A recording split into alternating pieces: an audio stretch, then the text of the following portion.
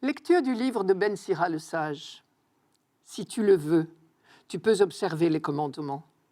Il dépend de ton choix de rester fidèle. Le Seigneur a mis devant toi l'eau et le feu. Étends la main vers ce que tu préfères. La vie et la mort sont proposées aux hommes. L'une ou l'autre leur est donnée selon leur choix. Car la sagesse du Seigneur est grande, fort est son pouvoir, et il voit tout. Ses regards sont tournés vers ceux qui le craignent. Il connaît toutes les actions des hommes. Il n'a commandé à personne d'être impie. Il n'a donné à personne la permission de pécher. Ben Sira le sage nous propose ici une réflexion sur la liberté de l'homme. Elle tient en 3 points, me semble-t-il. Premièrement, le mal est extérieur à l'homme. Deuxièmement, l'homme est libre, libre de choisir, de faire le mal ou le bien. Troisièmement, choisir le bien, c'est aussi choisir le bonheur. Premièrement, le mal est extérieur à l'homme. Cela revient à dire que le mal ne fait pas partie de notre nature. C'est déjà une grande nouvelle.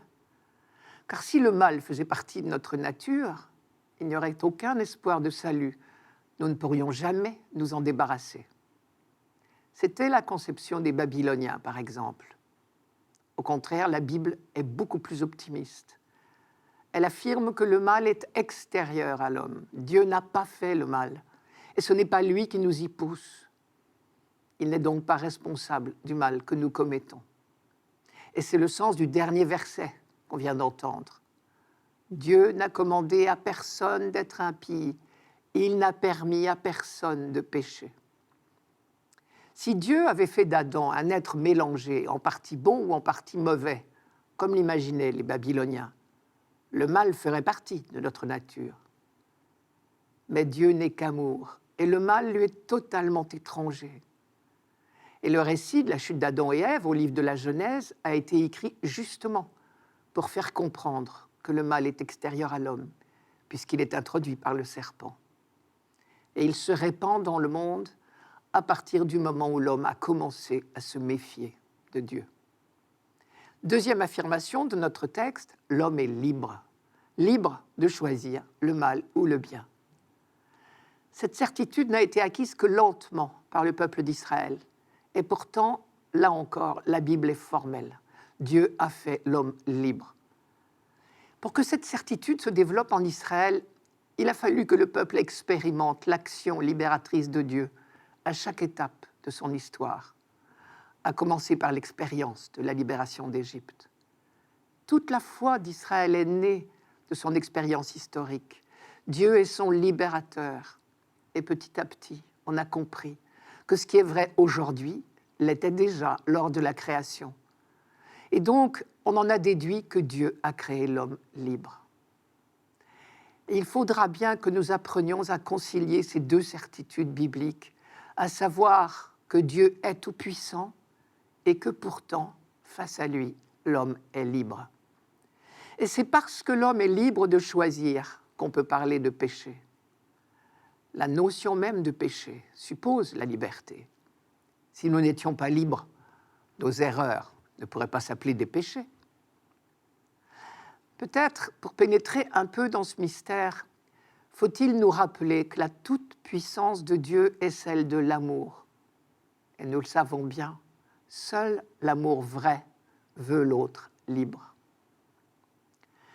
Pour guider l'homme dans ses choix, Dieu lui a donné sa loi. Cela devrait donc être simple. Et le livre du Deutéronome y insiste. Oui, ce commandement que je te donne aujourd'hui n'est pas trop difficile pour toi. Il n'est pas hors d'atteinte. Oui, la parole est toute proche de toi. Elle est dans ta bouche et dans ton cœur pour que tu la mettes en pratique. Deutéronome chapitre 30. Troisième affirmation de Ben Sirac aujourd'hui. Choisir le bien, c'est choisir le bonheur. Je reprends le texte. La vie et la mort sont proposées aux hommes. L'une ou l'autre leur est donnée selon leur choix. Le Seigneur a mis devant toi l'eau et le feu. Étends la main vers ce que tu préfères. Pour le dire autrement, c'est dans la fidélité à Dieu que l'homme trouve le vrai bonheur. S'éloigner de lui, c'est tôt ou tard faire notre propre malheur. On dit de manière imagée que l'homme se trouve en permanence à un carrefour. Deux chemins s'ouvrent devant lui. Dans la Bible, on dit deux voies. Une voie mène à la lumière, à la joie, à la vie. Bienheureux ceux qui l'empruntent. L'autre est une voie de nuit, de ténèbres, et en définitive n'apporte que tristesse et mort. Bien malheureux sont ceux qui s'y fourvoient. Là encore, on ne peut pas s'empêcher de penser au récit de la chute d'Adam et Ève. Leur mauvais choix les a entraînés sur la mauvaise voie. Et ce thème des deux voies est très souvent développé dans la Bible. Dans le livre de Deutéronome, particulièrement, je cite « Vois, je mets aujourd'hui devant toi la vie et le bonheur, la mort et le malheur. Moi qui te commande aujourd'hui d'aimer le Seigneur ton Dieu, de suivre ses chemins, de garder ses commandements, ses lois et ses coutumes. Tu choisiras la vie pour que tu vives, toi et ta descendance, en aimant le Seigneur ton Dieu, en écoutant sa voix et en t'attachant à lui. » C'est toujours le chapitre 30 de Deutéronome. D'après ce thème des deux voies, nous ne sommes jamais définitivement prisonniers, même après des mauvais choix, puisqu'il est toujours possible de rebrousser chemin. Par le baptême, nous avons été greffés sur Jésus-Christ, qui à chaque instant nous donne la force de choisir à nouveau la bonne voie. C'est bien pour cela qu'on l'appelle le Rédempteur, ce qui veut dire le libérateur. Ben Sira disait « Il dépend de ton choix de rester fidèle. » Baptisés, nous pouvons ajouter « avec la force de Jésus-Christ ».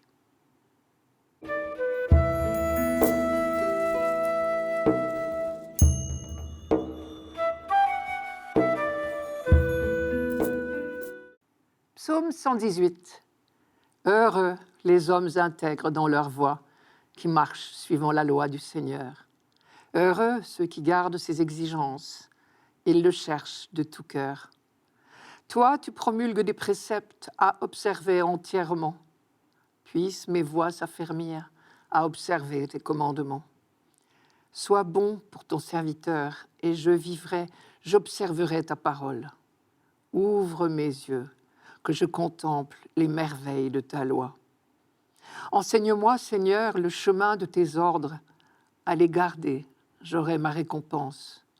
Montre-moi comment garder ta loi, que je l'observe de tout cœur. Le grand message de ce psaume, c'est que l'humanité ne trouve son bonheur que dans la confiance en Dieu et l'obéissance à ses commandements.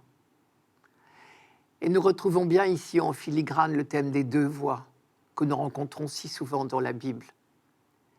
L'idée, c'est que nous sommes de perpétuels voyageurs, obligés de vérifier notre chemin. Bienheureux parmi nous, ceux qui ont trouvé la bonne route. Car des deux voies, des deux routes qui s'ouvrent en permanence devant nous, l'une mène au bonheur, l'autre mène au malheur. Et le bonheur, d'après ce psaume, c'est tout simple. La bonne route pour un croyant, c'est tout simplement de suivre la loi de Dieu. Heureux les hommes intègres en leur voie, qui marchent suivant la loi du Seigneur. Le croyant connaît la douceur de vivre dans la fidélité au commandement de Dieu. Voilà ce que veut nous dire ce psaume. Il est le plus long du psautier, comme vous savez. Et les quelques versets qui ont été retenus pour aujourd'hui n'en sont qu'une toute petite partie, l'équivalent d'une seule strophe. En réalité, il comporte 176 versets, c'est-à-dire 22 strophes de 8 versets. 22, 8, ces chiffres ne sont pas dus au hasard. Pourquoi 22 strophes ? Parce qu'il y a 22 lettres dans l'alphabet hébreu. Chaque verset de chaque strophe commence par une même lettre et les strophes se suivent dans l'ordre de l'alphabet. En littérature, on parle d'acrostiche.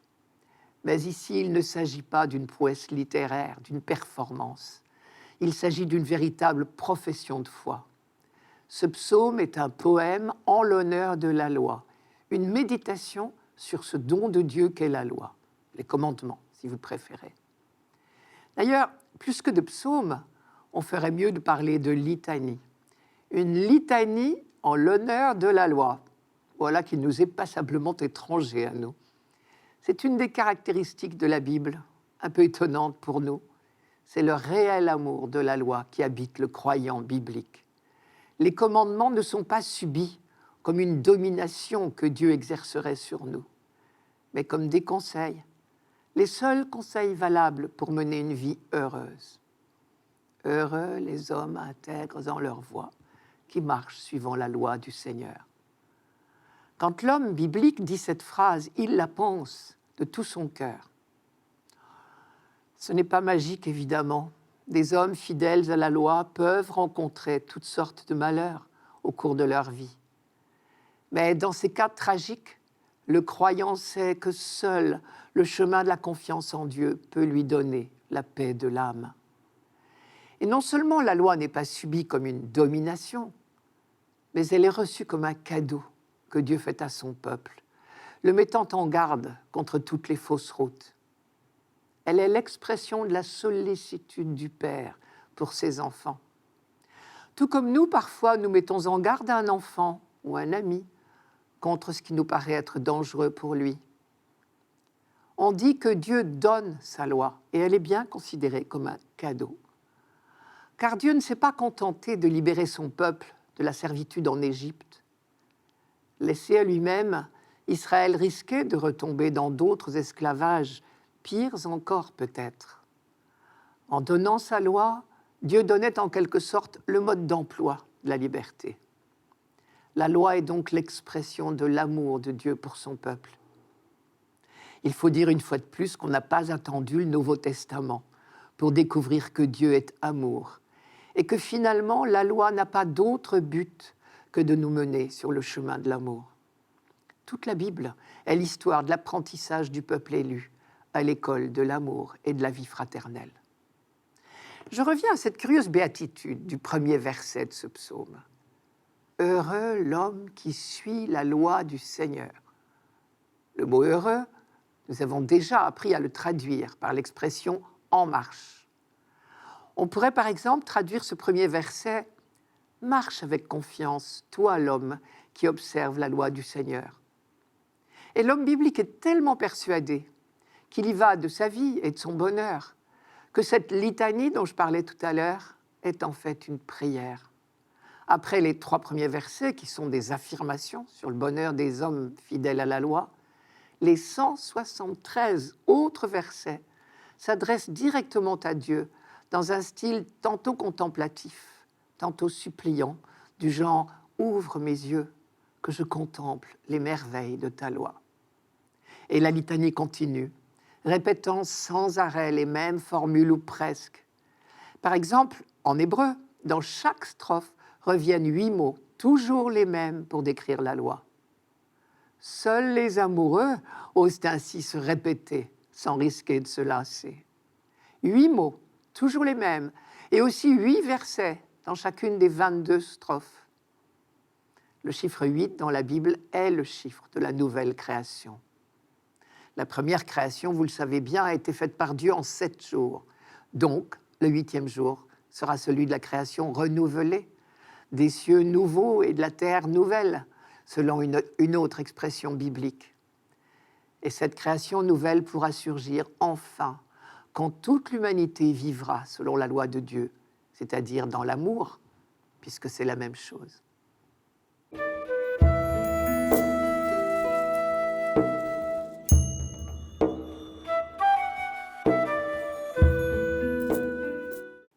Lecture de la première lettre de saint Paul apôtre aux Corinthiens.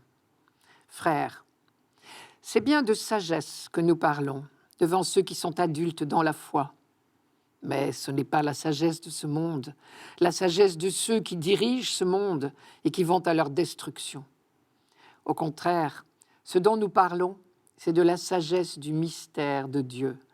Sagesse tenue cachée, établie par lui dès avant les siècles, pour nous donner la gloire. Aucun de ceux qui dirigent ce monde ne l'a connu, car s'ils l'avaient connu, ils n'auraient jamais crucifié le Seigneur de gloire.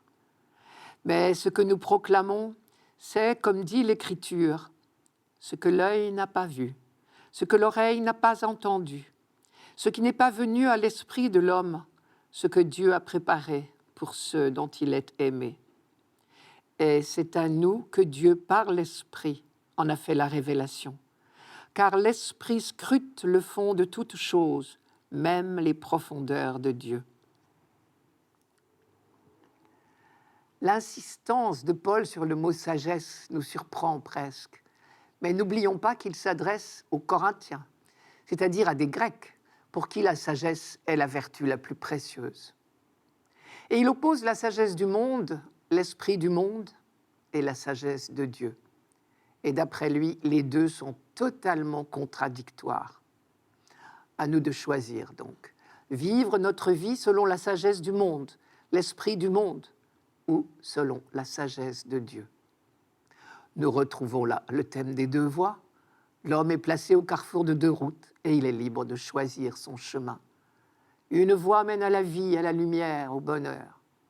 L'autre s'enfonce dans la nuit, la mort, et n'offre en définitive que de fausses joies. Précisons tout de suite que lorsque Paul parle de vie et de mort, il ne parle pas de la vie biologique, mais de la vie spirituelle. Mais la voie qui mène au bonheur, nous ne pouvons pas la trouver tout seul. C'est pour cela que Paul parle de sagesse tenue cachée. Voici ce que dit le livre du Deutéronome. « Au Seigneur, notre Dieu, sont les choses cachées, mais les choses révélées sont pour nous et nos fils à jamais, afin que nous mettions en pratique toutes les paroles de cette loi. » Ce qui veut dire, Dieu connaît toutes choses, mais nous ne connaissons que ce qu'il a bien voulu nous révéler, à commencer par la loi, qui est la clé de tout le reste. Cela nous renvoie encore une fois au récit du paradis terrestre. Le livre de la Genèse raconte que dans le jardin d'Éden, il y avait toutes sortes d'arbres, et parmi eux, 2 arbres particuliers. L'un, situé au milieu du jardin, était l'arbre de vie, et l'autre, à un endroit non précisé, s'appelait l'arbre de la connaissance de ce qui rend heureux ou malheureux. Adam avait le droit de prendre du fruit de l'arbre de vie. Seul le fruit de l'arbre de la connaissance était interdit. Manière imagée de dire que l'homme ne peut pas tout connaître et qu'il doit accepter cette limite. Au Seigneur notre Dieu, sous-entendu, et à lui seul sont les choses cachées, dit le Deutéronome. En revanche, la Torah, la loi, qui est l'arbre de vie, est confiée à l'homme. Pratiquer la loi, c'est se nourrir, jour après jour, de ce qui nous fera vivre. Je reviens sur cette formule. Sagesse tenue cachée, prévue par lui dès avant les siècles. Paul insiste plusieurs fois dans ses lettres sur le fait que le projet de Dieu est prévu de toute éternité. Il n'y a pas eu de changement de programme, si j'ose dire. Parfois, nous nous représentons le déroulement du projet de Dieu comme s'il avait dû changer d'avis en fonction de la conduite de l'humanité. Par exemple, nous imaginons que dans un premier temps, acte 1 si vous voulez, Dieu a créé le monde et que tout était parfait, jusqu'au jour où, acte 2, Adam a commis la faute. Et alors, pour réparer, acte 3, Dieu aurait imaginé d'envoyer son Fils. Contre cette conception, Paul développe dans plusieurs de ses lettres cette idée que le rôle de Jésus-Christ est prévu de toute éternité et que le dessein de Dieu précède toute l'histoire humaine. Et ce dessein de Dieu, il est magnifique. Je cite, « Ce dont nous parlons, c'est de la sagesse du mystère de Dieu, sagesse tenue cachée, établie par lui dès avant les siècles pour nous donner la gloire. » Pour nous donner la gloire. La gloire, normalement, c'est un attribut de Dieu et de lui seul. Notre vocation ultime, c'est donc de participer à la gloire de Dieu. Le projet de Dieu, c'est de nous réunir tous ensemble en Jésus-Christ et de nous faire participer à la gloire de la Trinité. Ce que nous proclamons, dit Paul, c'est comme dit l'Écriture, ce que l'œil n'a pas vu, ce que l'oreille n'a pas entendu, ce qui n'est pas venu à l'esprit de l'homme, ce que Dieu a préparé pour ceux dont il est aimé. L'expression, comme dit l'Écriture, renvoie à une phrase du prophète Isaïe, je vous la donne. « Jamais on n'a entendu, jamais on n'a ouï dire, nul œil n'a jamais vu un autre Dieu que toi agir ainsi pour celui qui l'attend. » Cette phrase, elle dit l'émerveillement du croyant biblique, gratifié de la révélation des mystères de Dieu. Reste la fin de la phrase, ce que Dieu a préparé pour ceux dont il est aimé. Y aurait-il donc des privilégiés et des exclus?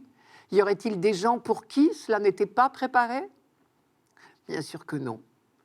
Le projet de Dieu, son dessein bienveillant, il est évidemment pour tous. Mais ne peuvent y participer que ceux qui ont le cœur ouvert. Et de notre cœur, nous sommes seuls maîtres. D'une certaine manière, c'est le saut dans la foi qui est dit là. Le mystère du dessein de Dieu ne s'ouvre que pour les petits. Comme disait Jésus, Dieu l'a caché aux sages et aux savants et il l'a révélé aux tout petits. Nous voilà tout à fait rassurés. Tout petits, nous le sommes. Il suffit de le reconnaître.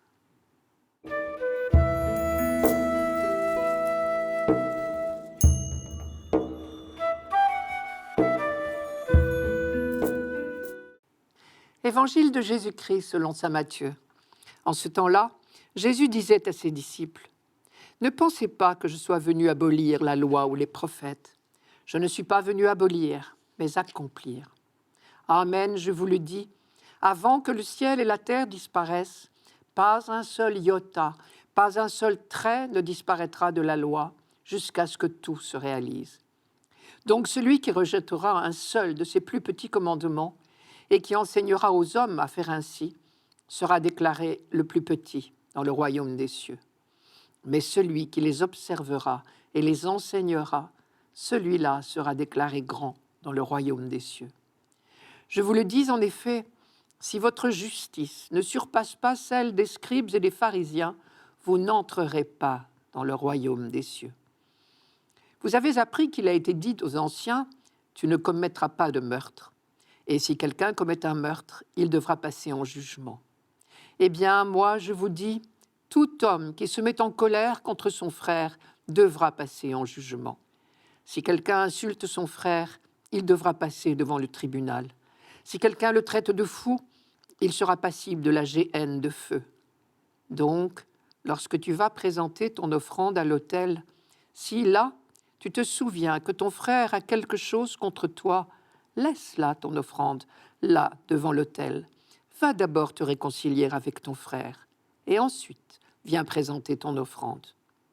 Mets-toi vite d'accord avec ton adversaire, pendant que tu es en chemin avec lui, pour éviter que ton adversaire ne te livre au juge, le juge au garde, et qu'on ne te jette en prison. Amen, je te le dis, tu n'en sortiras pas avant d'avoir payé jusqu'au dernier sou. Vous avez appris qu'il a été dit, tu ne commettras pas d'adultère. Eh bien, moi, je vous dis, tout homme qui regarde une femme avec convoitise a déjà commis l'adultère avec elle dans son cœur. Si ton œil droit entraîne ta chute, arrache-le et jette-le loin de toi.